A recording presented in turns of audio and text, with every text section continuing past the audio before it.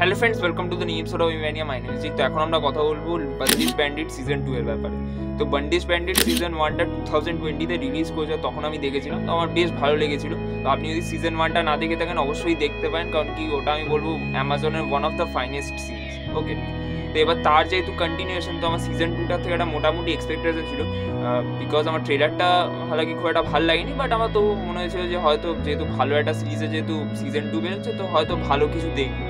But সত্যি বলছি, season 2টা দেখার সময় আমার মাথায় জাস্ট একটাই কোয়েশ্চেন ঘুরছে যে সিরিজটা কেন বানানো হয়েছে। কারণ কি এই সিরিজটার মধ্যে কোনো পজিটিভ পয়েন্ট নেই, মানে গুনে গুনে একটা দুটো পজিটিভ পয়েন্ট আমি খুঁজে পেয়েছি, সেগুলো আমি ফার্স্টে বলে দিচ্ছি। ফার্স্ট পজিটিভ পয়েন্ট হচ্ছে পারফরমেন্সেস। তো এখানে যারা যারা লিড ছিল, মানে ঋত্বিক ভৌমিক আর ওই যে মেয়েটা, তো ওদের দুজনের পারফরমেন্স ভালো। আর সাপোর্টিং কাস্টে যারা ছিল, শিবা চাড্ডা, আতুল কুলকার্নি আর বাকি যারা, প্রত্যেকের পারফরমেন্স ভালো। ঠিক আছে, পারফরমেন্সেস প্রত্যেকে ভালো দিয়েছে।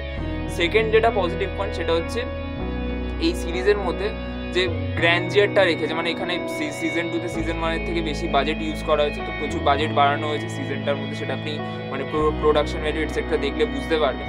তো এইখানে সেই গ্র্যান্ডিয়ার যেটা রয়েছে সেটা দেখতে ভালো লাগে, মানে এমনি চোখে, মানে আপনি যখন সিরিজটা দেখবেন আপনি ওই গ্র্যান্ডিয়ারটা কিন্তু ফিল করবেন, সেটা দেখতে ভালো লাগে। তো ওই চকচকে ব্যাপার রয়েছে, সেই মানে যে বাজেট বাড়ানো হয়েছে সেই জিনিসটা আপনি দেখতে পাবেন। তো সেট ডিজাইন ওইগুলো ভালো।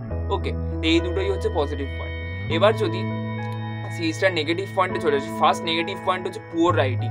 তো এই সিরিজটার মধ্যে আমি জানি না, এই সিরিজটা মানে আমি দেখার সময় একটু আগে যেটা বললাম, মনে হচ্ছে যেন জোর করে বানানো একটা সিরিজ। ঠিক আছে, মানে এই সিরিজটা মানে দেখে মনে হচ্ছে যেন সিজন 2 ডিমান্ডই করছিল না, যেন অ্যামাজনের যেন যারা ওনার তারা যেন ডিরেক্টরকে রিকোয়েস্ট করেছে যে তুমি এটা সিজন 2টা বানা, সেই জন্য যেন ডিরেক্টর বানিয়ে দিয়েছে।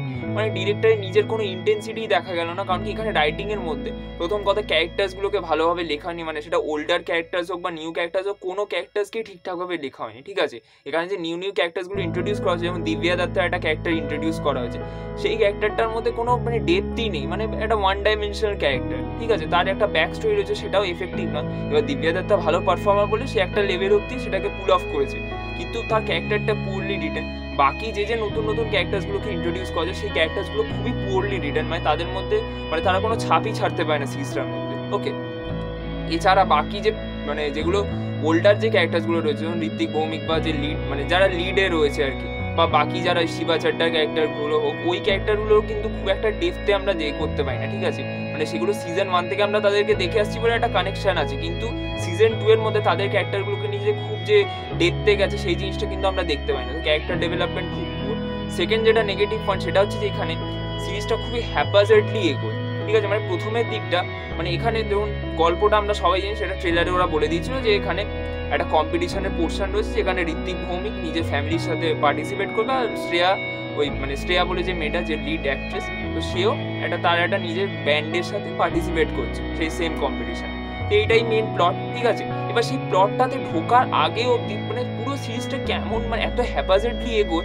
ওখানে একটা কলেজের পোর্শন রয়েছে, সেই জায়গাটা পুরো ডাল, ওখানে কিছু ওই কমেডি এটসেট্রা রাখা হয়েছে। তারপর ওই ঋত্বিক ভৌমিকের ক্যারেক্টারটা, মানে ওই তার বাড়ির ওই দিকটা যেটা দেখানো হয়েছে, সেই জায়গাটা তবুও আমি বলবো যে ঋত্বিক ভৌমিকের যে ট্র্যাকটা দেখানো হয়েছে সেইটা তবুও ওয়াচেবল, কিন্তু শ্রেয়ার যে ট্র্যাকটা দেখানো হয়েছে ওটা পুরো আনওয়াচেবল, মানে ওইটা পুরো ইরিটেটিং লাগছে। আমার দেখে মনে হচ্ছে যে ভাই টু দ্য পয়েন্টে বা যা না কম্পিটিশনটার পোর্শনটাতে, সেই জায়গাটাতে যাচ্ছেই না সিরিজটা, মানে খুবই হ্যাপাজার্ডলি এগোয়, প্রচুর টাইম ওয়েস্ট করা হয়েছে ওই জায়গাটাতে যাওয়ার পর।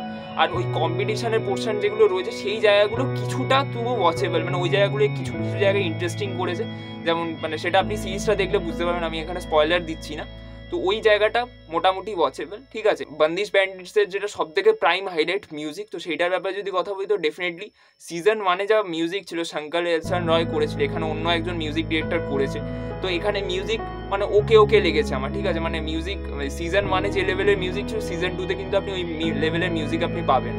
ওকে, আর বাকি তো রাইটিং লেভেল হয়ে গেল, আর বাকি সিরিজটাকে যেভাবে এন্ড করা হয়েছে সেই এন্ডিংটাও খুবই বেকার, মানে সিরিজটার এন্ডিংটা দেখে মনে হবে যে এইখানে আবার কেন শেষ করে দিল সিরিজটা। ওকে, জানি না এটা সিজন 2 হয়তো ওরা আনতে পারে, তো সেই ভেবেই হয়তো শেষ করা হয়েছে।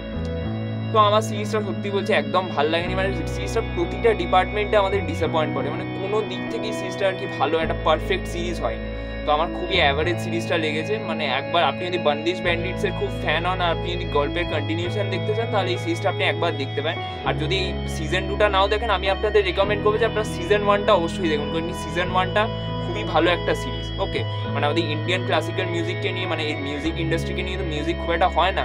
আর আমাদের ইন্ডিয়ান ক্লাসিক্যাল, মানে আমাদের ইন্ডিয়ানদের প্রবলেম হচ্ছে আমরা নিজেদের যে জিনিসগুলো আমাদের নিজেদের রয়েছে, যেগুলোতে আমাদের ওনারশিপ রয়েছে, সেই জিনিসগুলোকে আমরা, মানে ওইগুলোকে আমরা সেলিব্রেট করি না। যেমন আমাদের ক্লাসিক্যাল মিউজিক ইউরোপের লোকেরা শোনে, কিন্তু আমরা নিজেরা শুনি না। তো সেই জিনিসটাকে একদিক থেকে ট্রিবিউট দিয়ে কোনো সিরিজ যখন বানানো হচ্ছে, তো সেইটা আমাদের আই থিঙ্ক অ্যাপ্রিসিয়েট করা উচিত। তো আপনার সিজন 1টা অবশ্যই দেখুন, আর সিজন 2টা ইচ্ছে হলে দেখতে পারেন, না ইচ্ছে হলে নাও দেখতে পারেন, that is completely up to you. Okay, তো আমার যেটা এক্সপিরিয়েন্স আমি বলে দিলাম। আমি বন্দিশ ব্যান্ডিট সিজন 2 কে দেবো 4.5 out of 10 star. So thank you so much for watching this video. Bye by.